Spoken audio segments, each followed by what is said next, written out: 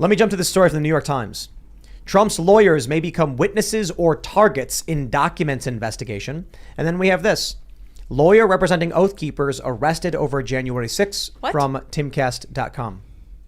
They're going after the legal representation of people. They're making them frightened. But this is, look, guys, the president just gave a speech where he said half the country are an existential threat to our democracy. Karine Jean-Pierre said this, the MAGA Republicans are an extreme threat to this country and democracy, and doubled down on this, calling them semi-fascist or fascist or whatever. And now they're arresting the legal representation, or at least targeting the legal representation. This is unprecedented level of, look, call it civil war or call it pre-civil war. But what we saw in the first Civil War, I call it the first Civil War. It's kind of funny, right? What we saw in the Civil War in the 1860s was Abraham Lincoln suspending habeas corpus in a corridor stretching from D.C. up to Pennsylvania through Maryland. And they randomly arrested people they didn't like in that corridor. And they arrested around 30 or so members of the Maryland legislature because they were sympathetic to the South. When war is happening, your rights are gone. What we're seeing now, you can call it, some people have chatted saying that was a pre-war speech. That's something you hear. I said Hitler-esque. Yeah, I know, Godwin's law, everything devolves into Nazi Germany or whatever. But a president coming out and giving a fiery, angry speech condemning half the country and saying we have to fight against them is insane. But then when the federal government goes after the lawyers of people, it's well beyond that. It's one thing to come out and be like, Donald Trump did a bad thing and we're going to prove it. And it's like, I don't believe you.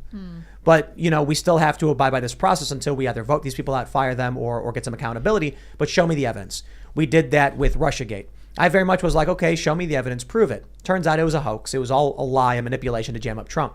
Now they're going after the lawyers. That's it. When they go after the lawyers, they're basically saying there's no laws, there's no rules, and there's nothing you can do about it. And people need to understand how real this is. Like every lawyer that took these cases for the Oath Keepers, for Trump, everything, they actually would have known the risk involved. And they would have been having conversations with their friends and family, people at their law firms saying, you know what could happen to you, right? Because, everyone walking around day to day, they kind of think the system's functioning properly. People get treated fairly. But when you're in it, you see it. You know that you're going to get screwed over. Last time I came here on Timcast, the guy who checked me in for my immigration, he freaked out when he looked at the screen because I was pulled into the back room for questioning as usual. And he started passing me notes privately. Immigration, what do you mean? Immigration on my way in from Canada to come do this show. Okay. And the private notes he passed me said that you've been put on a watch list, basically, where you're going to be pulled in for the rest of your life because of some random agent in Seattle. I haven't traveled to Seattle in years, who put you on a list because you were associated with people like Stefan Molyneux, and he put you on a flag list, right?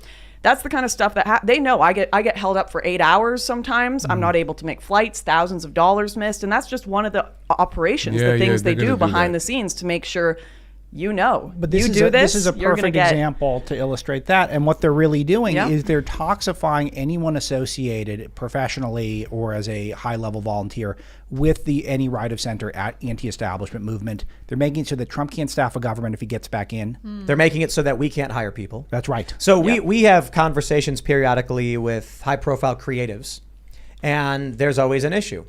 I know a lot of musicians, professional athletes, and they'll message me and say things like, I agree with you.